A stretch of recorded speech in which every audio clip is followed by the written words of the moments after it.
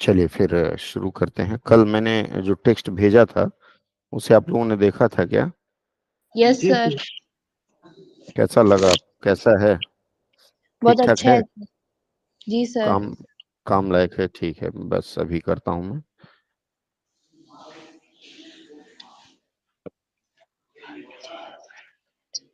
Speaker आप लोग of रखिएगा।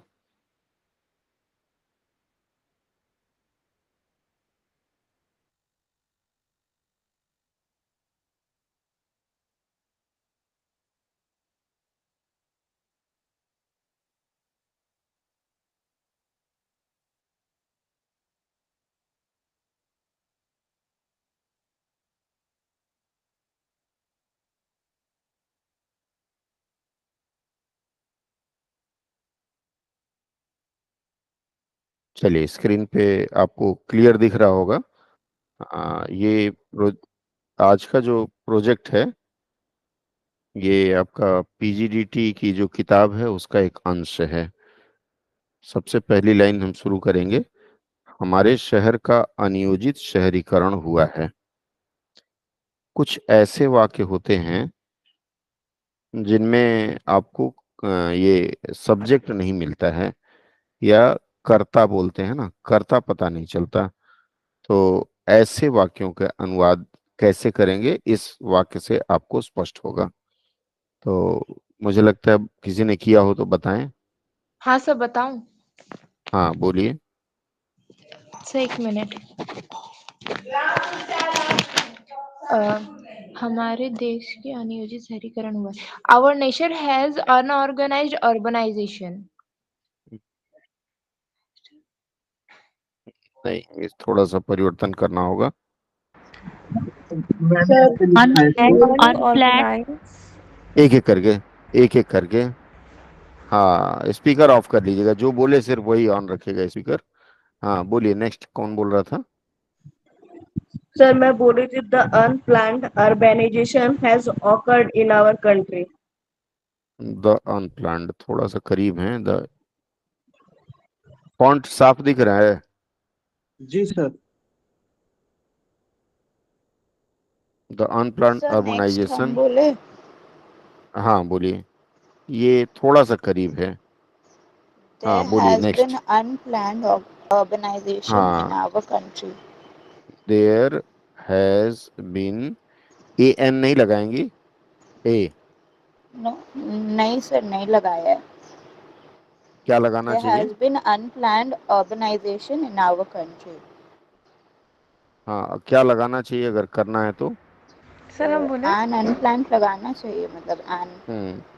एन होना चाहिए। हाँ, बोलिए नेक्स्ट। an नेक्स्ट कौन बोल? unorganized an un हम्म an unorganized हम्म urbanization has been happened. Has been के बाद हैपेंड नहीं होगा। हैज टेकन प्लेस हो सकता है, या हैज बीन हैपनिंग हो सकता है। बीन अन जब लगाएंगे, एक मिनट सुन लीजिए, स्पीकर Has ऑफ करिए happened किसी। sir. हैज हैपेंड, हाँ।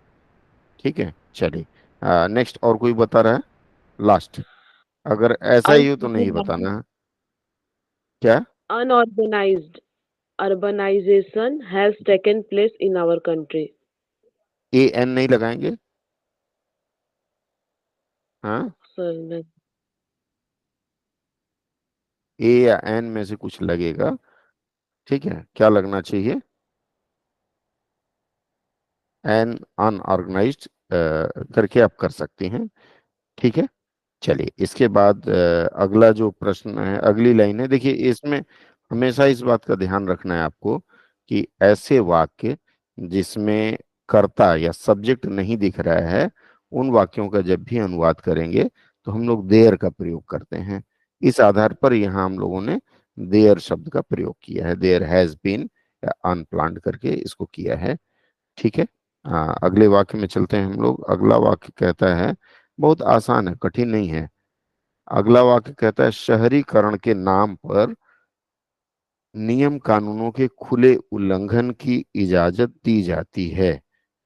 अब ऐसे जो वाक्य हैं इनमें भी आपको कहाँ शुरू करना है? चलिए बताइए, फिर देखते हैं। तो इसको मैं पैसिव करके की हूँ। परमिशन हाँ, is given to openly violate the rules and regulation on the name of urbanization. नहीं नहीं, खुले उल्लंघन की। फिर से एक मिनट रुक सर जाइए। बोले लोग, एक मिनट रुक जाइए। अभी किसने बोला था? फिर से बोलिए। Permission Is given to is openly given to openly violate violate. हाँ, the rules and regulations on the name of urbanization.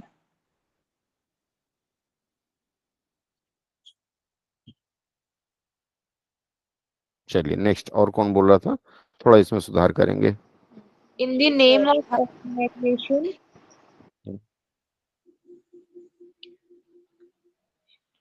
permission has given freely. Permission has के बाद बिन होना चाहिए Sorry, has given. ना। परमिशन हैज गिवन नहीं होगा। जो Has been देखिए given. सिंपल सी बात है कि हैज का जब प्रयोग करेंगे तो हैज के पहले कोई सब्जेक्ट आना चाहिए। सब्जेक्ट मतलब नाउन या प्रोनाउन। आपका यहाँ नाउन या प्रोनाउन है क्या? परमिशन नहीं सर। तो फिर नहीं होगा। सिंपल सी बात है। तो परमिशन हैज बीन होना चाहिए, या कुछ और होगा। ये गलत हो गया। नंदिनी बोलो, हैंड्स अप क्यों की? नंदिनी। सर हम बोले Sorry. हाँ बोलिए। open violation of rules and regulation are permitted in the name of urbanization. फिर से एक minute. Open violation of Rules and regulation rules and regulations are permitted perpetrated on the in the name name of of। urbanization. Sir, मैं बोलूं? On the हाँ name बोलिए। of urbanization, on the name of hmm, urbanization, breaking the rule hmm. regulation is permitted. चल ठीक है। देखिए एक चीज देखिए, शहरीकरण के नाम पर क्या है, नियम कानूनों के खुले उल्लंघन की इजाजत दी जाती है। अब देखिए जो शहरीकरण के नाम पर इतना आया, इतने में ही हमारी सांस रुक गई। इसका मतलब है हम पहले इसको करेंगे।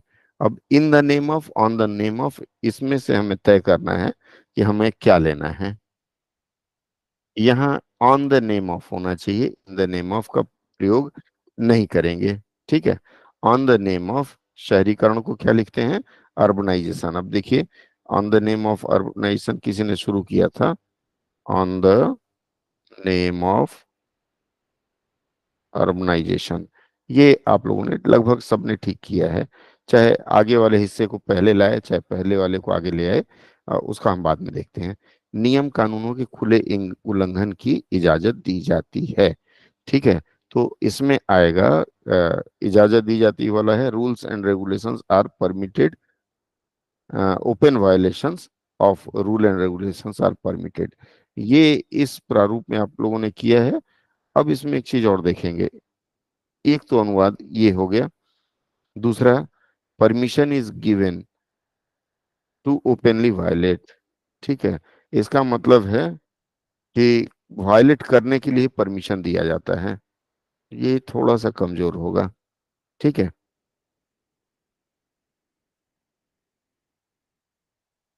सर हम पूरा ही अलग हाँ किए हैं. हाँ, क्या किए बोलिए। It has allowed to open violence of law नहीं and नहीं, order. इट हैज अलाउड नहीं होगा। ठीक है। ओपन वायलेशन ऑफ लॉ, जैसे इसने लिखा है ना, open violation of rules and regulations, law and order, जो भी लिखना है, are permitted in the name of. यहाँ ऑन द नेम करके काम खत्म कर सकते हैं। ठीक है। चलो, ये तीनों सर, रूप सही चलेगा। हाँ बोलिए। freely to बोलिए। break, freely to नहीं break rule नहीं and नहीं नहीं नहीं, regulation. अभी अब इतना भी नहीं करें। ठीक है। तो ये तीन रूप आपका साधारण रूप होगा, चलेगा। ये बीच वाला जो है वो बहुत बेहतर है। ये नीचे वाला उससे भी बेहतर है। और कुछ नहीं समझ में आया तो ऊपर वाला ले लेते हैं। एक चीज और देखना है इसमें कि दो काम हो रहा है। पहले क्या हो रहा है? पहले क्या हो रहा है? शहरीकरण के नाम पर पहले नाम करने वाली बात आती है, इसके बाद नियम कानून का उल्लंघन होता है। तो जो काम पहले आता है उसको हम पहले लिखेंगे। चलिए अगला वाक्य लेते हैं। अतिक्रमण, अवैध निर्माण और अनधिकृत कॉलोनियों का विकास इसकी जीती जाती मिसाल है। क्या होगा इसका? सर बोलूं मैं? बोलिए। इन ये जो सत्र है ना, जी सर। ध्यान ध्यान रखिएगा, ये सत्र आप लोगों के लिए है। आप जो बोलते हैं हम उसकी समीक्षा करके आपको बताते हैं बेहतर कैसे होगा। तो इस सत्र में खुल के बोलिए आप लोग। चलिए जी बोलिए। Sir. Encroachment, illegal construction, and development of unauthorized colonies are live examples of it. Illegal constructions, और क्या बताया आपने? सर फिर से बोलिएगा एक illegal, बार। जी सर, हाँ। illegal हाँ। construction and development of hmm, unauthorized colonies are live examples of it. Sir मैं बोलूं? एक मिनट लिख लूं मैं।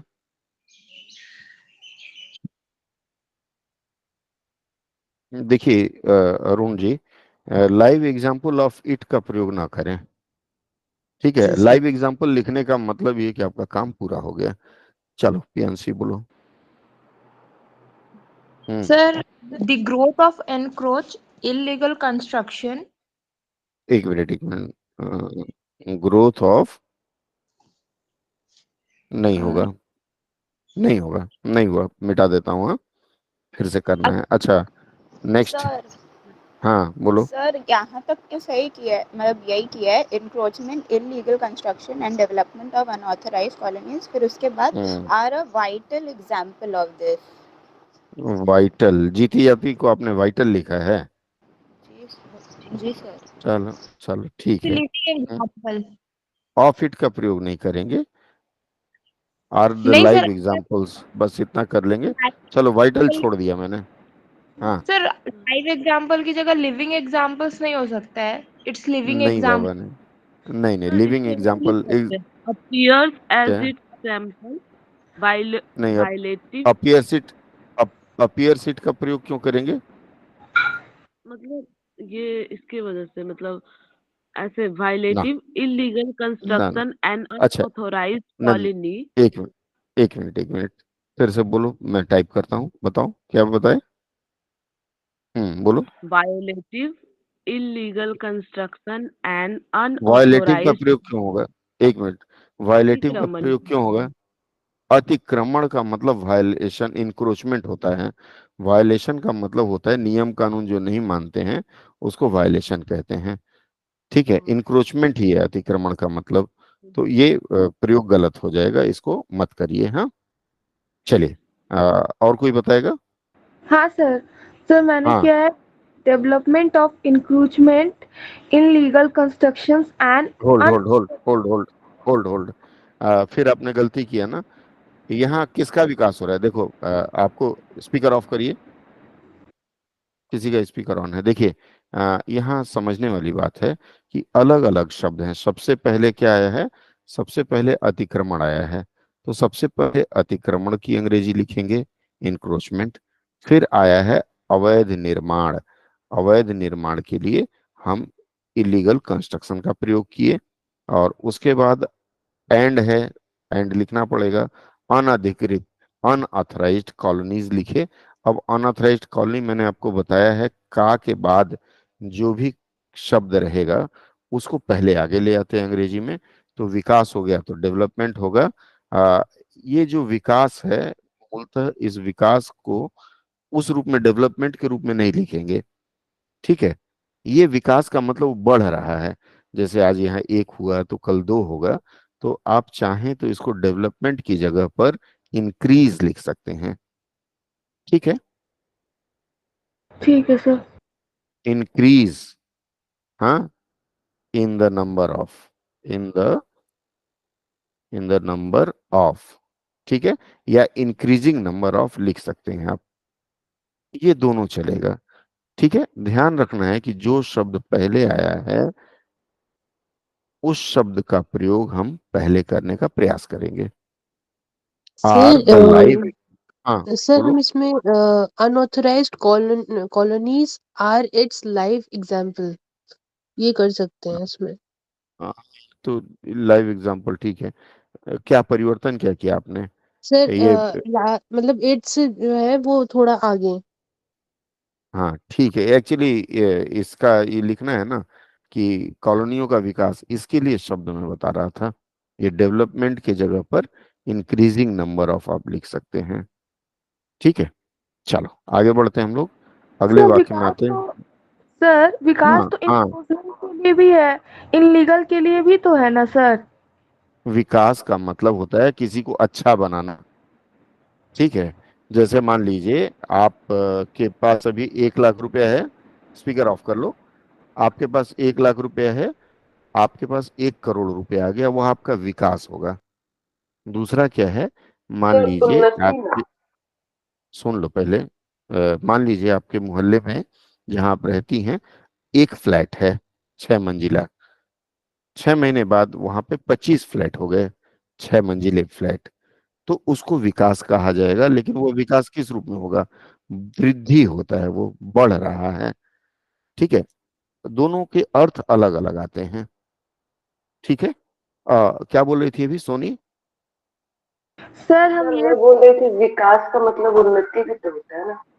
हाँ उन्नति, लेकिन यहाँ उन्नति नहीं लिखेंगे।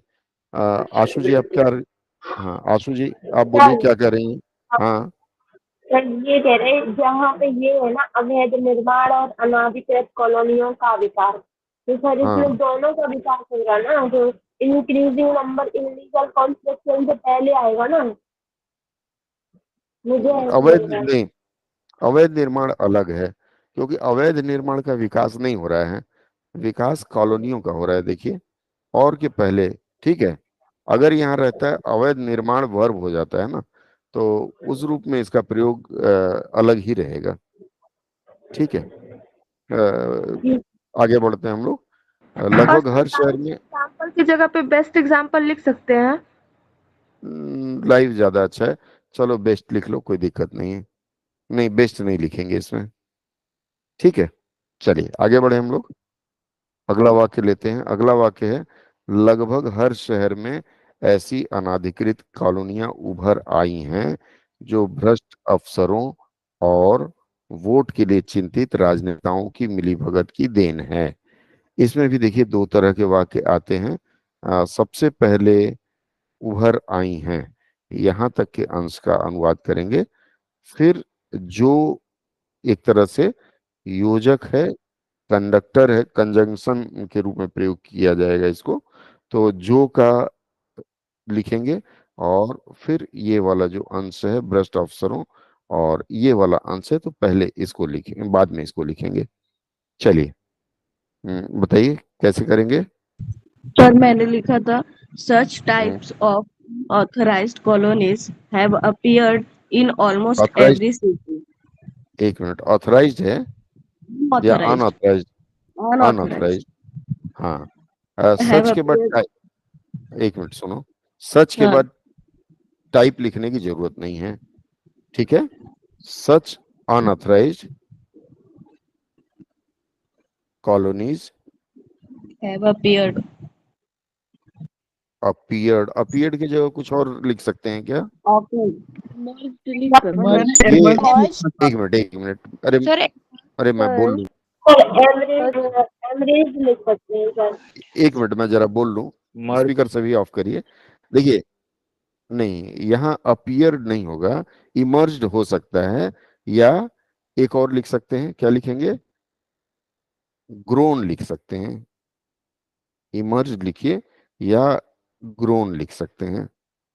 ठीक है, सर राइट तो such these types of authorized नहीं कर सकते, such these types of authorized. This type of, such की जगह दिस टाइप आपने लिखा, चलो लिख सकते हैं। अनऑथराइज्ड कॉलोनीज हैव, इधर आ गया, हैव इमर्ज्ड।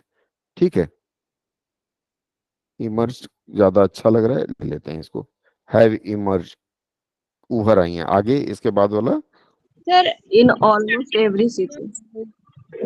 और in almost in every city. In almost every city, एक मिनट देख लेता हूं मैं, लगभग हर शहर में, इन ऑलमोस्ट एवरी सिटी, ठीक है। आशु कुछ और बता रही थी, क्या सुझाव दे रही हैं आप?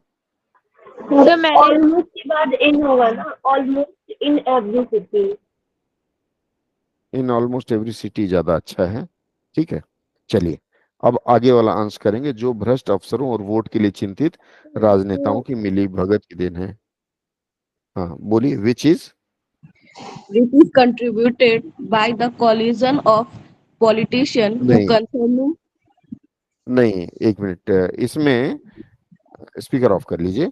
विच इज कंट्रीब्यूटेड नहीं है, which is कंट्रीब्यूटेड नहीं, which is a gift result of लिखें, गिफ्ट नहीं, which is a result of. Result का मतलब यहाँ परिणाम है, मिलीभगत की देन मतलब परिणाम है, तो ऑफ क्या है। अब आपने कुछ एक शब्द बताया था, कॉल्यूजन या कॉल्यूजन, स्पेलिंग बताओ सर। collision, COLLISION। COLLISION होता है क्या?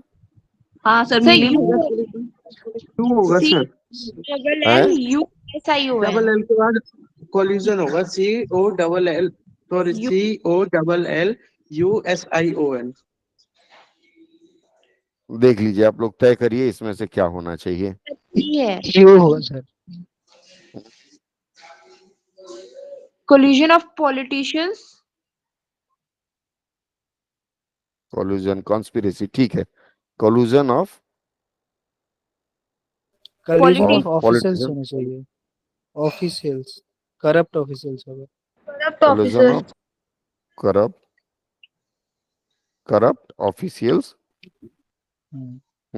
And and politicians who are भ्रष्ट अफसरों कंसर्न्ड अबाउट और वोट्स। वोट के नहीं, वोट के लिए चिंतित राजनेताओं। मैंने कहा ना कि आप दूसरे रूप में रखेंगे, चिंतित राजनेताओं, ठीक है। चिंतित राजनेताओं का क्या लिखेंगे?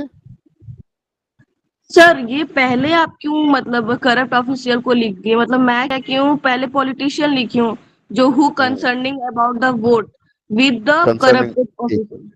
एक मिनट एक मिनट, मैंने आपको क्या बताया, वाक्य में जो शब्द पहले आता है उसको पहले लिखेंगे ना। भ्रष्ट अफसर पहले आया है ना, तो भ्रष्ट अफसर के लिए क्या शब्द प्रयोग करेंगे? Which is result of collision of corrupt officials, ये हो गया भ्रष्ट अफसर, ठीक है। उसके बाद आ गया एंड, वोट के लिए चिंतित राजनेताओं की मिली भगत का देन है, तो वोट के लिए चिंतित राजनेताओं के लिए अंग्रेजी क्या लिखेंगे हम लोग? पॉलिटिशियंस वरीड फॉर वोट्स, ये लिख सकते हैं। थोड़ा सा उल्टा कर दें, officials and Politician tensed for votes. Worried, politicians worried for votes, ये आप लिख रहे हैं ना, जी सर। ये पॉलिटिशियंस, अबाउट वोट्स, एक मिनट, वरीड अबाउट होगा। About votes. हाँ, वरीड की जगह पे कंसर्न लिखेंगे, ज्यादा अच्छा रहेगा, concern about for votes, about, okay. Vote, ठीक है। चलिए लगभग आप लोगों ने पूरा कर लिया, इसमें मैं अलग से कोई कमेंट नहीं करूंगा। सर एक कुछ और? क्वेश्चन हाँ, है बोलिए। सर, यहाँ पे ऐसे फॉर्मेशन हो मैंने सकता है कि क्या? Which is the result of the corrupted officers कल्यूजन with politicians concerned about votes.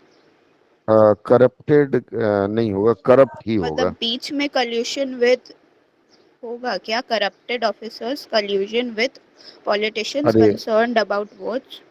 एक मिनट, करप्टेड ऑफिशियल्स नहीं होगा, ऑफिसर्स, करप्टेड नहीं, करप्ट ही प्रयोग होगा यहाँ, ठीक है। अच्छा। करप्ट का प्रयोग होगा दूसरा। आपने क्या बताया, फिर से बोलो, टाइप करता हूँ, करप्ट क्या है? करप्ट ऑफिसर्स कल्यूजन विद नहीं पॉलिटिशियंस नहीं कंसर्न्ड अबाउट वोट्स। नहीं, मैंने आप लोगों को पहले ही बताया ना कि ऐसे शब्द जिसमें का के की जिसके पहले लगता है, उन शब्दों को अनुवाद करते समय पहले रखेंगे। स्पीकर ऑफ कर लेना, ठीक है। Okay sir.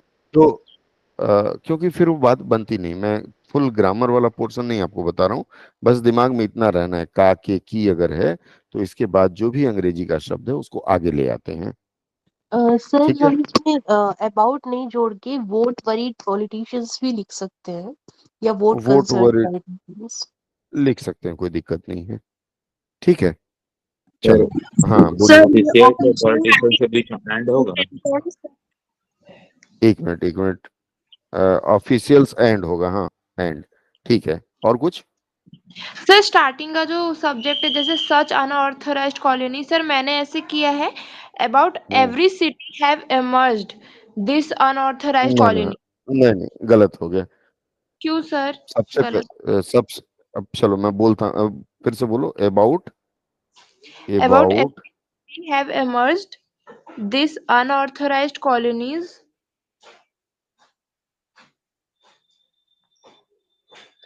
चलो देख लेते हैं।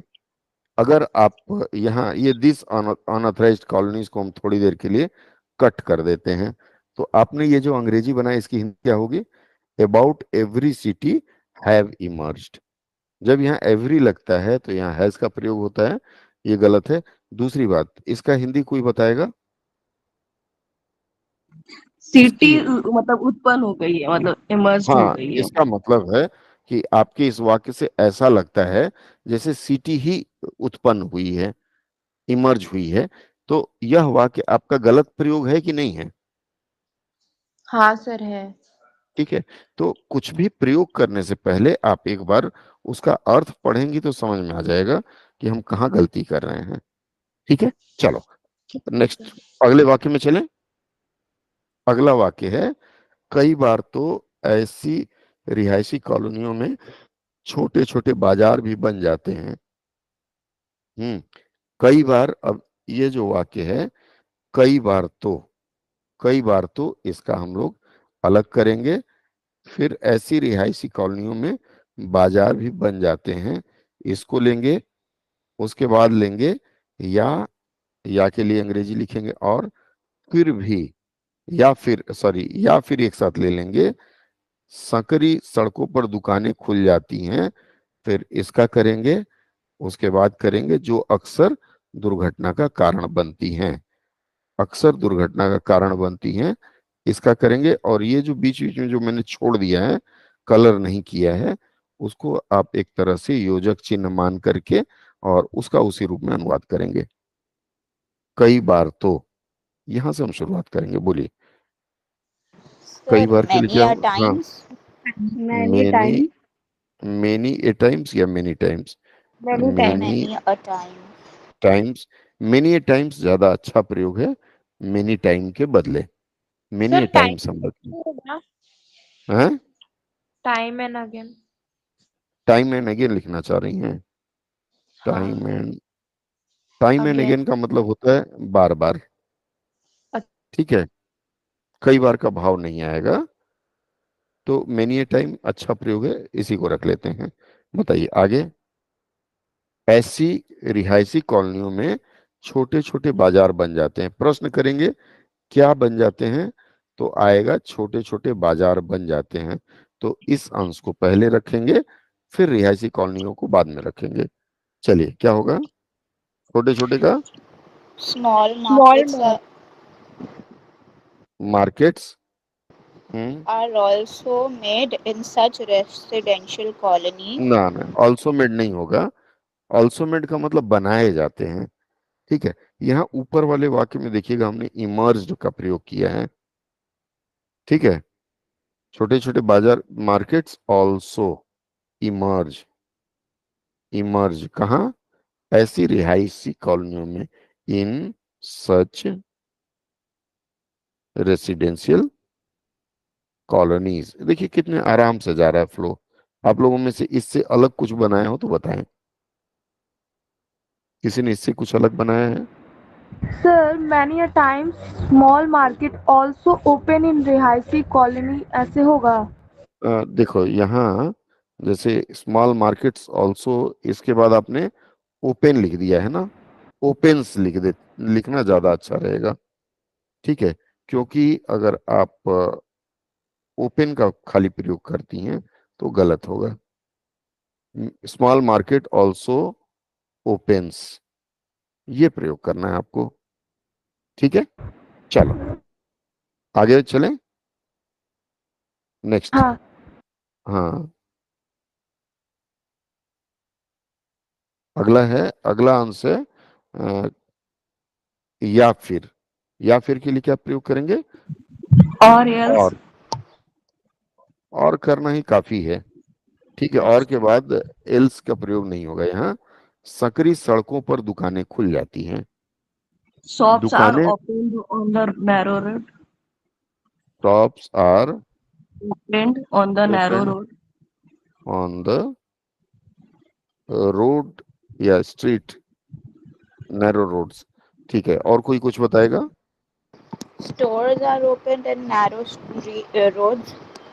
ये आपने शॉप को स्टॉल नहीं, यहाँ दुकानें लिखा है ना, तो दुकानें के लिए स्टॉल का प्रयोग नहीं करेंगे, क्योंकि एक जगह हमने शॉप लिखा है ना, तो हर जगह वही प्रयोग करेंगे जो लिखा हुआ है। हाँ वही ठीक सर, है, शॉप के जगह स्टोर लिखा है। स्टोर अगर लिखा है तो स्टोर हर जगह लिखेंगे। चलो आगे बढ़ते हैं, खुल जाती हैं। आगे, जो अक्सर दुर्घटना का कारण बनती हैं। Which Which often That causes often the becomes reason of because accident. of accident? Which which always sir becomes, option होगा ना that आप? often ही होगा ना सर। एक एक करके क्या बताया? that often हो सकता है। सर दैट से ऑप्शन बोलिए। ऑफन एक होगा मिनट ना सुन, अरे एक मिनट, दैट वाला बताओ। दैट, That हाँ क्या often बोला? become the cause of accident, often becomes, become the cause of accident. A cause of, ध्यान से देखना मैंने क्या लिखा है, that often becomes a cause of accident, चलेगा। हाँ, पियांसी क्या बोल रही थी? Which often becomes a reason of accident? Reason की जगह कॉज होगा। ये ऑलवेज, जो अक्सर, which often, which often becomes a cause of accident, दोनों का सही है, ठीक है। सर ये चलो, कॉज को ए कॉज की जगह विच ऑफन कॉजेज नहीं कर सकते द रीजन ऑफ एक्सीडेंट। नहीं, यहाँ देखिए कारण बनती है। आप विच कॉजेज का मतलब अगर लिखते हैं, विच कॉजेज मतलब जिसके कारण होता है, दोनों के भाव अलग अलग हैं, ठीक है। कारण बनना और कारण होना दोनों में अंतर आ जाता है यहाँ, इसलिए यही लिखेंगे। सर इट मेक्स होगा, हाँ, it often makes cause of accidents. नहीं, मेक्स की जरूरत नहीं है, बिकम्स होगा। मेक्स मतलब बनाना, यहाँ बनाना नहीं है ना, यहाँ है कारण बनना, तो बनना है तो बिकम्स का प्रयोग करेंगे, ठीक है। चलो आगे बढ़ते हैं हम लोग अगले वाक्य में। और कोई कुछ कह रहा है? अगला वाक्य है, जब कभी अवैध कॉलोनियों के खिलाफ सख्ती की नौबत आती है तो, जब कभी अवैध कॉलोनियों के खिलाफ सख्ती की नौबत आती है तो, इसका पहले करेंगे, इसके बाद वाला बाद में करेंगे। तो क्या होगा इसका? जब कभी का वेनेवर, वेनेवर आगे There प्रशासनिक is a need of सख्ती, administrative strictness there is a need of,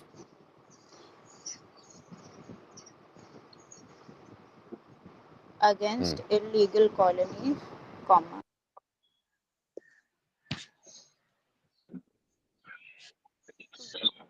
sir चलिए मैंने कोई और बताएगा? एक एक whenever करके, हाँ। whenever whenever administrative strictness take place, नौबत आती है, आपने लिखा है whenever, administrative strictness take place,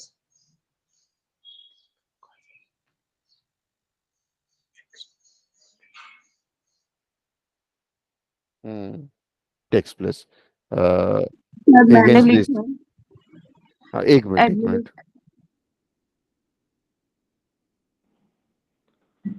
क्या लिखा है आपने? सर मैंने तो ये वही जो whenever administrative strictness require लिखा है नहीं, रिक्वायर अगेंस्ट। नहीं होगा। So वेनेवर, हाँ बोलिए, अलग हो तो whenever बताना। हाँ, हाँ वेनेवर, मतलब administrative takes the hard हाँ step against the illegal colonies. एक मिनट, वेनेवर, सर मैं बताऊं? एक मिनट इसका लिख लें। हार्ड स्टेप अगेंस्ट, देखो नंदिनी यहाँ एडमिनिस्ट्रेटिव नहीं होगा, फिर यहाँ एडमिनिस्ट्रेशन होगा। ओके एडमिनिस्ट्रेटिव प्रशासनिक होता है, एडमिनिस्ट्रेशन होगा। ये वाक्य गलत हो गया। नेक्स्ट बोलो, कौन बोल रहा था? Whenever hmm, administrative strictness is required against these illegal colonies.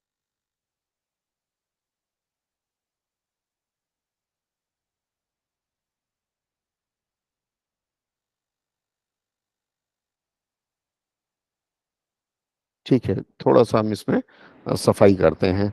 और कोई? Sir, whenever हाँ, administration strictness situation arises against unauthorized colonies. Whenever, और जैसे इसमें तुमको लिखना है whenever a reason, reason for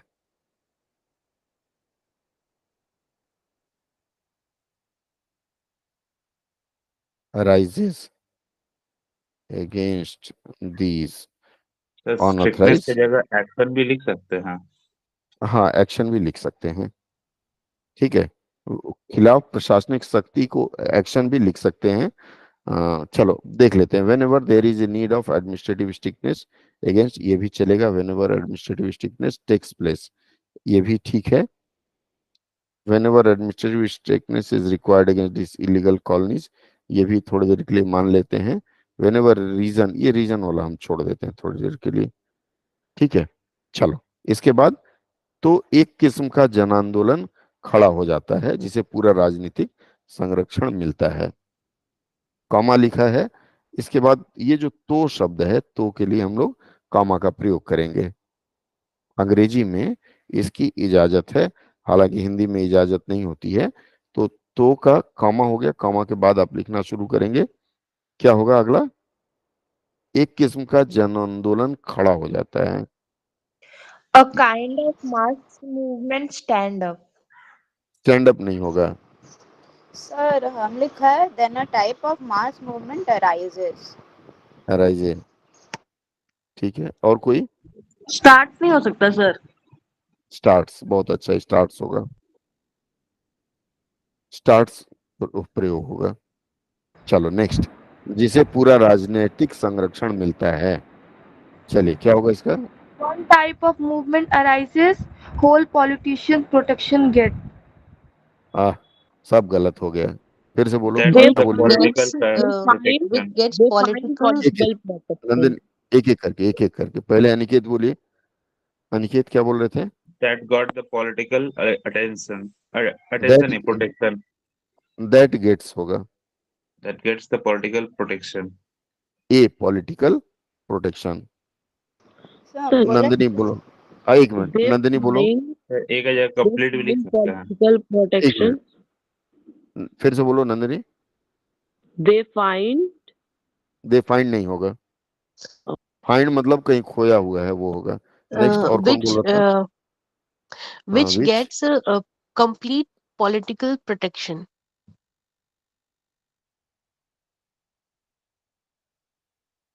protection, ये कंप्लीट क्यों लिखा? अच्छा पूरा है इसके लिए।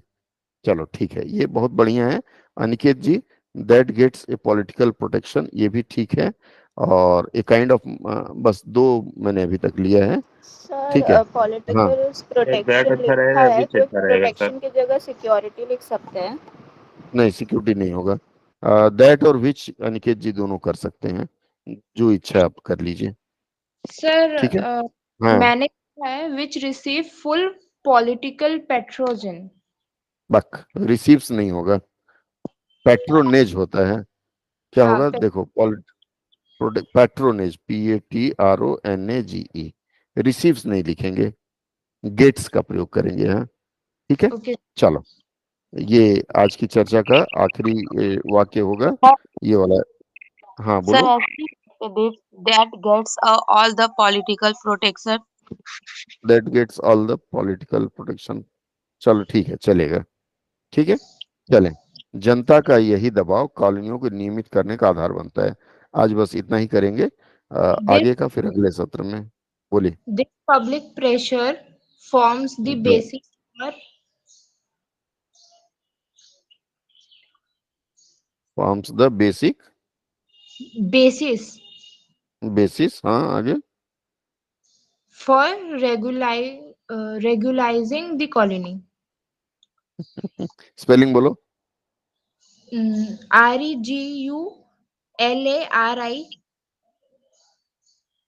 आपने उच्चारण क्या किया? तो सर मेरे उच्चारण में थोड़ी दिक्कत है, मैं ठीक कर लूंगी इसे। ठीक है, रेगुलराइजिंग ऐसे बोलेंगे, हाँ। ठीक है ठीक सर। है। जनता का यही दबाव, यही के लिए क्या प्रयोग किया आपने? This, sorry sir, this public pressure, दा की जगह दिस दिस, हो। हाँ दिस, या फिर और प्रयोग कर सकते हैं, सच सर पब्लिक हम प्रेशर। ऐसे लिखा है दिस हाँ, वेरी पब्लिक प्रेशर, ये सही नहीं होगा ना? दिस वेरी नहीं चलेगा। हाँ, नेक्स्ट और कोई सर बताइए। मेरा तो हाँ, अलग है। This public pressure is based to regulate the colonies. Based के बाद टू क्यों? इज बेस्ड बेस्ड क्यों होगा? बेस्ड नहीं, मतलब आधार मैं बनता है। बन नहीं एक रहा था मिनट मेरे और। से। Sir colony state pace of level of audiences straining.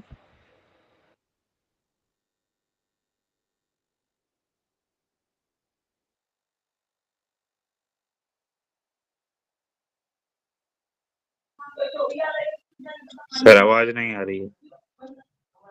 Screen भी नहीं दिख रहा है।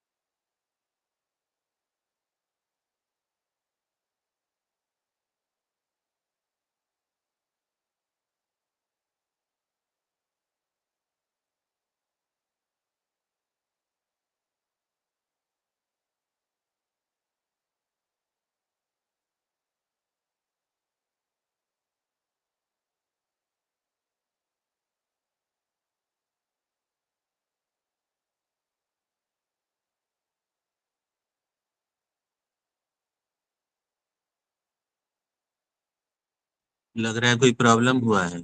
आप लोग छोड़ दीजिए क्लास, अब रहने दीजिए।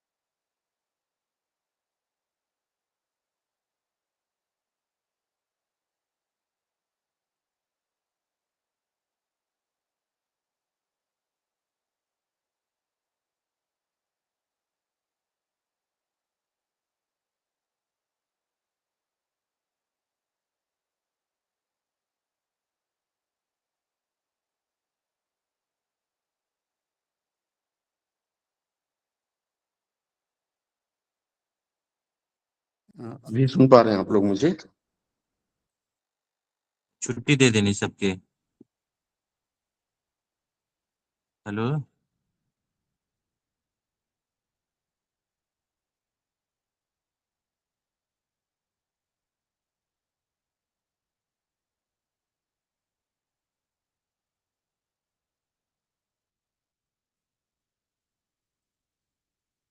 अभी सुन पा रहे हैं आप लोग मुझे? छुट्टी दे दिले बानी। अच्छा ठीक है, अचानक नेटवर्क चल गेलं पता नहीं। हाँ बोल देने कि रहने दीजिए, कुछ प्रॉब्लम हुआ होगा। रिकॉर्डिंग बंद करा फिर। हाँ कर देते हैं।